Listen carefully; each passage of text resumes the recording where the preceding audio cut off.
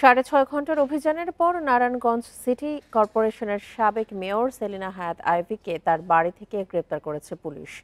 ভোর ৬:45টার দিকে তাকে গ্রেপ্তার করা হয়।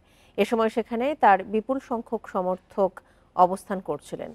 বান্ডেল থাকলে প্রতি সেনমানিতে টাকা বাঁচবে।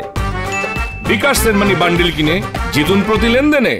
গাড়িবহর নিয়ে পুলিশও ছিল সতর্ক অবস্থানে। এর আগে বৃহস্পতিবার রাত 11:30টার দিকে আইভীকে গ্রেপ্তারের জন্য নারায়ণগঞ্জ জেলা শহরের দেওভোগ এলাকায় তার বাড়িতে অভিযান চালায় পুলিশ। খবর পেয়ে মসজিদের মাইকে ঘোষণা দিয়ে আইভীর সমর্থকরা বাড়িটির সামনে অবস্থান নেন, করেন সড়ক অবরোধ।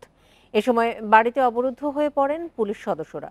রাতভর পুলিশ আইভীর কর্মী সমর্থকদের সঙ্গে আলোচনা করে পরিস্থিতি নিয়ন্ত্রণের চেষ্টা চালায়। ভোরে পুলিশের ঊর্ধ্বতন কর্মকর্তারা আইভীর বাড়িতে প্রবেশ করেন এবং পরে ভোর 6:45টার দিকে তাকে গ্রেপ্তার করা হয়।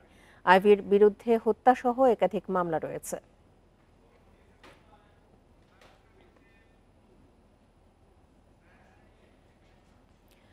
এ নিয়ে আরো জানাতে নারায়ণগঞ্জ থেকে যোগ দিচ্ছেন আমাদের সহকর্মী রাকিবুল হাসান। রাকিব, গ্রেপ্তারের পর আইভীকে কোথায় নেওয়া হয়েছে? অভিযানের বিষয়ে বিস্তারিত কি আছে আপনার কাছে?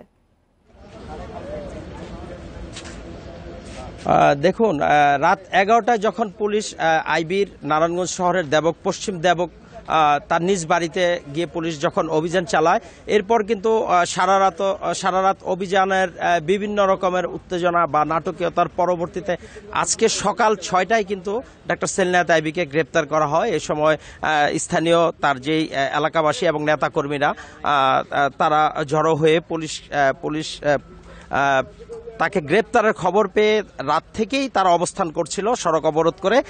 পরবর্তীতে তাকে গ্রেপ্তার করে নারায়ণগঞ্জ পুলিশ সুপারের কার্যালয়ে নিয়ে আসা হয়েছে।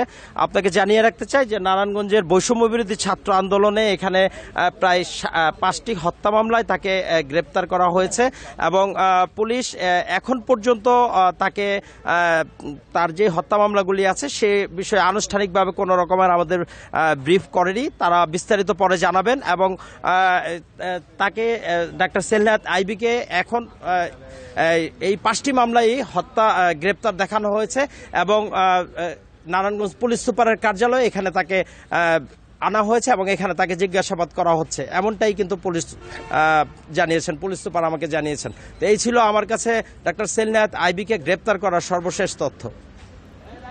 নারায়ণগঞ্জ থেকে আইভীকে গ্রেপ্তারের সবশেষ তথ্য নিয়ে জানাচ্ছিলেন আমাদের সহকর্মী রাকিবুল হাসান।